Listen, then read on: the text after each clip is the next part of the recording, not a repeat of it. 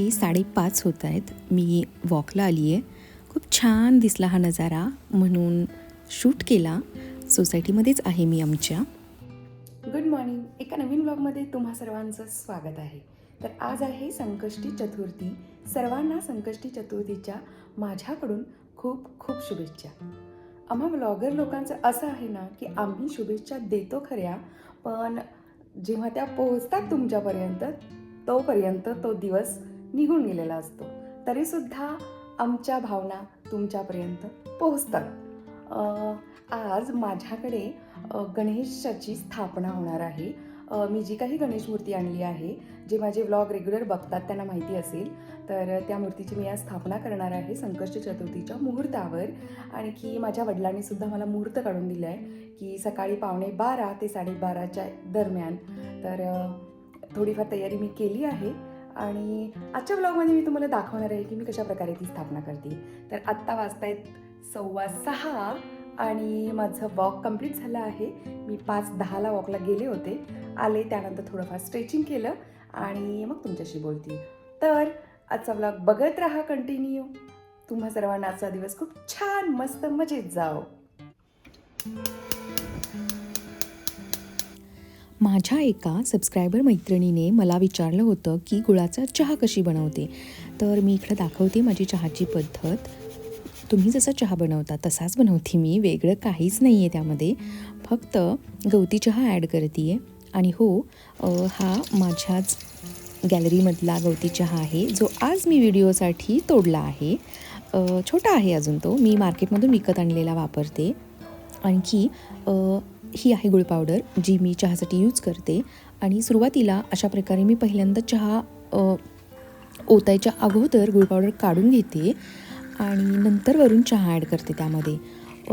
Direct टोपामध्ये म्हणजे चहाच्या टोपामध्ये चहा उकळत असताना पावडर नाही टाकत, त्यामुळे चहा फाटण्याची भीती असते. आणि अशा प्रकारे ही पावडर छान विरघळलीसुद्धा जाते. तर तुम्ही पाहिलं अशा प्रकारे आम्ही गुळाचा चहा बनवतो. एका माझ्या मैत्रिणीने, सबस्क्रायबर मैत्रिणीने कमेंट केली होती की गुळाचा चहा कसा बनवता. तर गुळाचा चहा गुळ पावडर वापरून बनवते मी. त्यामध्ये 2-3 ब्रँड आहेत डीमार्टमध्ये जे चांगले आहेत, मी यूज केलेले. आता या पावडरचं मला नाव आठवत नाही आहे, बट ही पितांबरीची नाही आहे. मी पूर्वी पितांबरीची पण यूज केली, तर तीही चांगली आहे. अगदी थोडीशीच गुळ पावडर टाकतो आम्ही, तुम्ही पाहिलं. कमी गोड असा चहा असतो. आणि अद्रक आणि गवती चहा, तर गवती चहा असेल ना तर अजूनच स्वाद येतो चहाला छान असा. चला मग मी चहा पिते. मस्त गॅलरीत पक्ष्यांचा आवाज ऐकत बसली आहे, कारण आज स्वयंपाक नाही आहे. आणि आता देवाची भांडी वगैरे मी छान पितळेची, तांब्याची सगळी घासून घेणार आहे प्रॉपर. आणि बघायलाच तुम्ही दिवसभर आम्ही गणेश स्थापना कशी करणार आहोत. या तांब्या आणि पितळेच्या भांडी घासण्यासंबंधीचा सध्याचा एक माझा अनुभव मला इकडे सांगायचा आहे. मी पूर्वी स्क्रबला पितांबरी लावून स्क्रबनी ही भांडी घासायची. आणि सध्याच यूट्यूबवरती स्क्रोल करत असताना मला एक व्हिडिओ आला, त्यामध्ये त्या लेडीने असं सांगितलं होतं की स्क्रब न लावता तुम्ही हातांनी, आपल्या डायरेक्ट हातांनी किंवा तुम्ही ग्लोव्ज वापरू शकता, पितांबरी ही भांड्यांना हळूहळू चोळायची आणि छान भांडी निघतात. आणि हो, अगदी खरं आहे जे तिनं त्या व्हिडिओमध्ये सांगितलं आहे. मी हा अनुभव घेतला इकडे. जेव्हा स्क्रब लावून मी भांडी घासायची किंवा टूथब्रश वगैरे लावायची याला, तेव्हा इतकी छान निघत नव्हती जितकी हे हातांनी निघतात. आणि तुम्ही देखील हे करून बघा. आणि ऑलरेडी माझ्या काही मैत्रिणी करतसुद्धा असतील, पण तरीसुद्धा मी इकडे माझा अनुभव सांगितला तुम्हाला. अशा प्रकारे माझी भांडी पितळेची आणि तांब्याची स्वच्छ करून झाली आहेत, तुम्ही पाहिलंच. हे माझं छोटंसं गुगल आहे, दिसतंय मिक्सरवर जे मी ठेवलंय छोटं. आणि त्यावरती मी अशी छान गाणी लावते, मस्त वाटतं, अगदी प्रसन्न वाटायला होतं. आणि भांडी कशी झळाळत आहेत माझी, चमकतायत, छान ना. तर जी ही मी तुम्हाला ट्रिक सांगितली ना, नक्की करून बघा. आणि चला आता मला झाडून काढायचं आणि फरशी पुसायची, त्यानंतर रांगोळी काढणार आणि पूजा मांडणार. माझा व्हिडिओ नक्की शेवटपर्यंत बघत राहा. गणेश स्थापना होणार आहे, तर दारात सुद्धा मी अशी स्वागताला गणेशाचीच रांगोळी काढते आहे. आणि अगोदर मी पेन्सिलने मार्किंग करून घेतलं आहे. मी रांगोळीमध्ये इतकी काही एक्सपर्ट नाही आहे, पण माझा हात वळतो छान, हो ना. तर अशी ही सुंदर अशी आजची जास्वंदाच्या फुलातली रांगोळी. यानंतर जसं की मी उंबरा बसवला आहे माझ्या घराला सागवानचा. तर या उंबऱ्याला पण स्वच्छ धुतलं मी, पुसून घेतलं आणि स्वस्तिक काढते दोन्ही बाजूला. या उंबऱ्यावरती मला लक्ष्मीची पावलं आणायची आहेत, पण तीही अजून पेंडिंगच आहेत.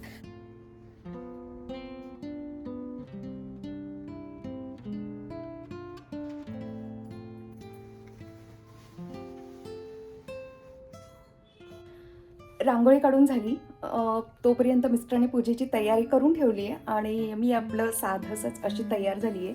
म्हटलं एवढ्या साऱ्या साड्या घेतले तर छान आहे आजचा दिवस, तर नेसावी. आणि बाय द वे हा जो ब्लाऊज आहे तो या साडीवरचा आहे, जो ब्लाऊज मी लक्ष्मीपूजनच्या साडीवरती घातला होता.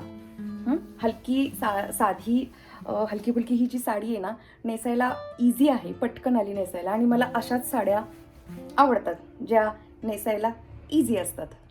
घरातील महत्त्वाच्या पूजेची सुरुवात मी तुळशीपासून करते आहे. हे माझं छान असं तुळशी वृंदावन जे मी गॅलरीत ठेवलं आहे. तुळशीला पाणी घातलं अगोदर मी, हळदी कुंकू लावलं, दिवासुद्धा लावला आणि तुळशीचा छान असा आशीर्वादसुद्धा घेतला.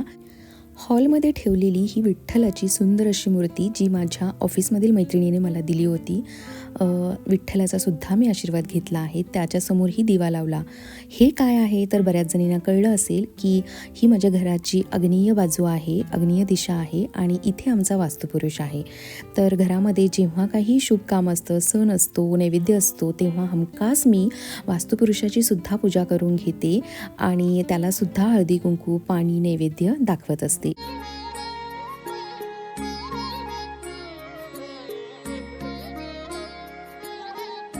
मी 2-3 दिवसांपासून ब्राह्मणांना, गुरुजींना फोन करत होते, पण ते मला जे गुरुजी हवे होते ते अवेलेबल नव्हते. तर माझ्या वडिलांनी पूर्णपणे ही पद्धत लिहून दिली होती कशी करायची पूजा, तर त्या पद्धतीनं मी पूजा करते आहे. आणि तुम्ही पाहिलं की एका पाटावरती लाल वस्त्र टाकून त्यावरती मी स्वस्तिक काढून घेतलं, त्याला हळदी कुंकू लावलं आणि नंतर गणपतीची प्रतिकृती म्हणून एका सुपारीची सुद्धा मी पूजा केली. आणि या पितळेच्या भांड्यामध्ये मूर्तीला ठेवून त्यामध्ये आता अभिषेक करते. गणपतीय नमः.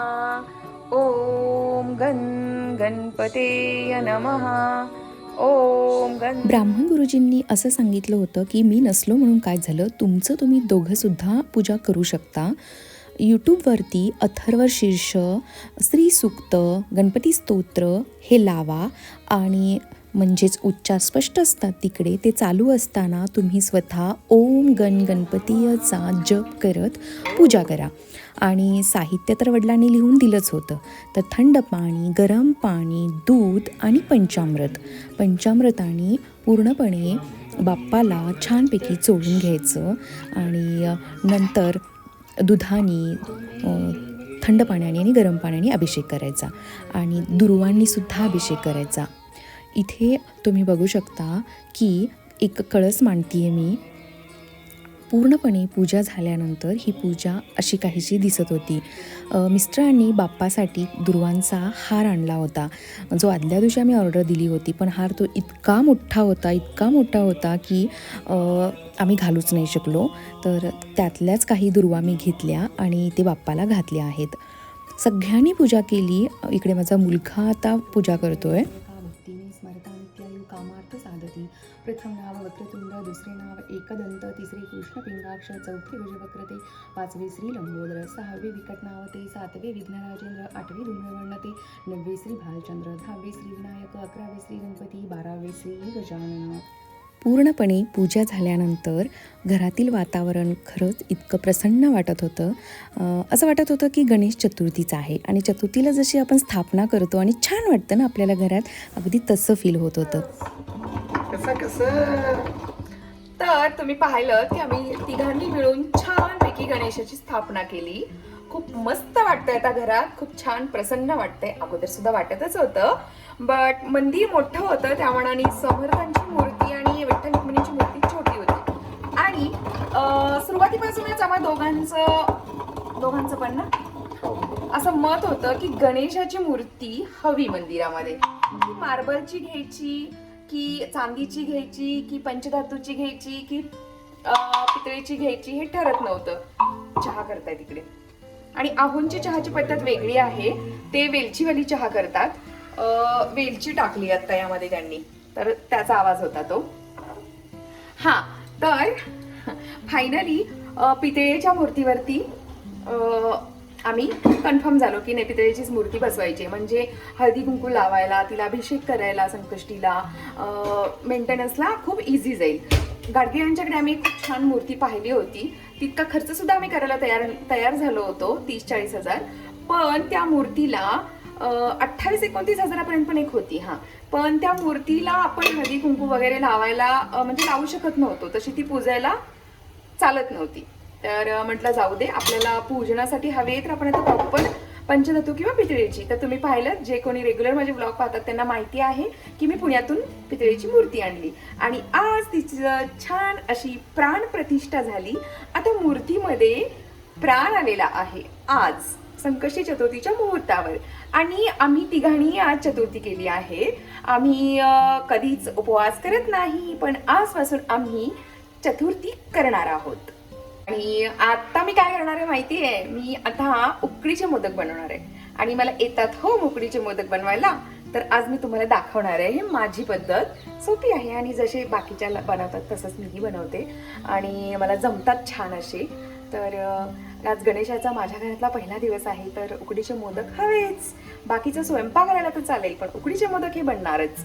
आणि बघते मग पूर्ण स्वयंपाक करायचा की ओनली मसाले भात करायचा, कारण मोदक खाऊनच पोट भरतात सगळे. चला मग कंटिन्यू बघत राहा व्हिडिओ माझा. मैत्रिणींनो, उकडीचे मोदक करण्यासाठी मी ओलं खोबरं खवून न घेता मी डायरेक्ट याचे असे छान असे पीस करते छोटे छोटे. त्याचा जो काळा पार्ट असतो पाठीमागचा तो सगळा काढून घेते, म्हणजे पूर्णपणे पांढरं शुभ्र हे खोबरं दिसायला सुरुवात होते. आणि यानंतर याचे छोटे छोटे तुकडे करून मी मिक्सरला अशा पद्धतीनं छान बारीक करून घेते. आणि हेच मला खूप सोपं वाटतं. खूप जास्त असा मी त्रास घेत नाही बसत. वेती घ्या, वेतीच्या पुढच्या भागणी ते खोबरं खोवून घ्या. मी ते खोवण्यासाठी एक मशीनसुद्धा आणलं होतं, पण त्यावरती सुद्धा ते जमलं नाही जेव्हा मला, तेव्हा मी तो नादच सोडून दिला. आणि अशा पद्धतीनं मी खोबरं बारीक करायला लागले. यानंतर मी काय केलं, तुम्ही पाहिलं की पॅनमध्ये तूप घेतलं, अगदी 2-3 चम्मच तूप घेतलं आणि त्या तुपामध्ये खोबरं छानपैकी टाकून त्यामध्ये चिरलेला बारीक गूळ टाकून हे भाजून घेते. नंतर वरून वेलची पावडर टाकते. हे मिश्रण इतकं पण भाजू नका की त्याची चिक्की बनेल, सॉफ्टच राहायला हवं. जितकं आपण पीठ वापरणार आहोत उकडीसाठी, ज्या वाटीनं आपण ते मोजणार आहोत त्याच वाटीनं तेवढंच पाणी आणि थोडंसं किंचितचं जास्तीचं पाणी असं टाकून ते छानपैकी मी उकळवून घेतलं. आता तुम्ही पाहिलं असेल की जेव्हा मी हे पीठ त्यामध्ये टाकलं, मी लगेचच गॅस बंद केला. थोडंसं मीठ आणि 1-2 चम्मच तूपसुद्धा मी त्यामध्ये टाकलं होतं. इकडे मोदकाचं सारण रेडी आहे, एकदम टेस्टी झालंय. मीच सांगते, कारण या दोघांना मी दिलं होतं टेस्ट करायला. आणि जे काही आपण मोदकाचं उकड बनवतो ना मोदकाची, ती इकडे मी वाफवायला ठेवली. आणि असं नाही आहे बरं का की उकळत्या पाण्यामध्ये ते पीठ टाकल्यानंतर लगेचच गरम गरम मळायला घ्यायला पाहिजे असं काही नाही आहे त्याचं.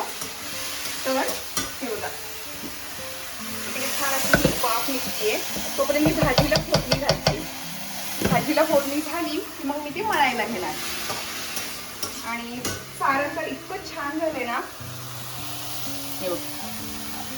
मस्त एकदम टेस्टी झालंय. मी तूप टाकते भरपूर यामध्ये, पण मी वरून थोडंसं पुन्हा तूप टाकलं होतं वाफवायच्या वेळेला. आणि बाकीचं स्वयंपाकामध्ये फक्त मेथी शेपूची भाजी आणि चपाती आहे, कारण मोदक असल्यानंतर इतर काही लागत नाही. त्यामुळे भात वगैरे मी काही आत्ता करणार नाहीये.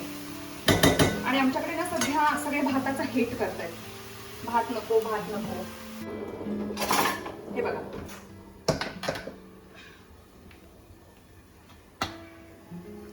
आता हे काढायचं छान वाफरलेलं. आणि सॉरी,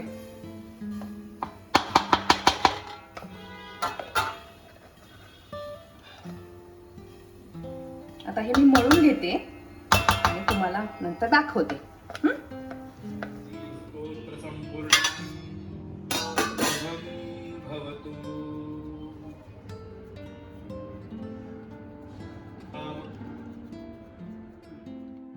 जेव्हा आपण उकडीचं पीठ तयार करतो ते वाफवून घेतो त्यामध्ये पाण्याचं प्रमाण थोडंसं जरी चुकलं तर हे सगळं प्रकरण बिघडू शकतं.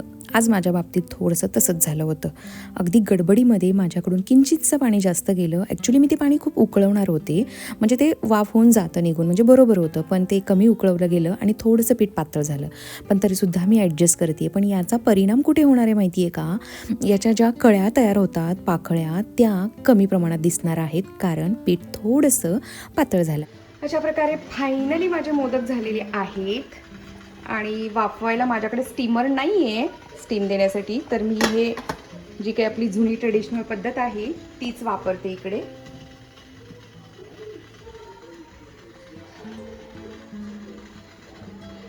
आता हे मोदक वाफवतायत तोपर्यंत चपात्या करून घेणार. तर तुपाची धार,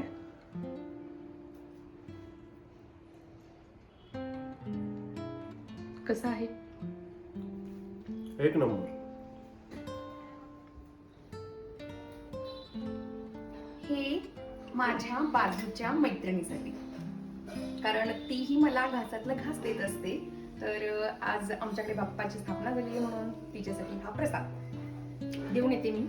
तर आजचा हा व्लॉग कसा वाटला नक्की सांगा.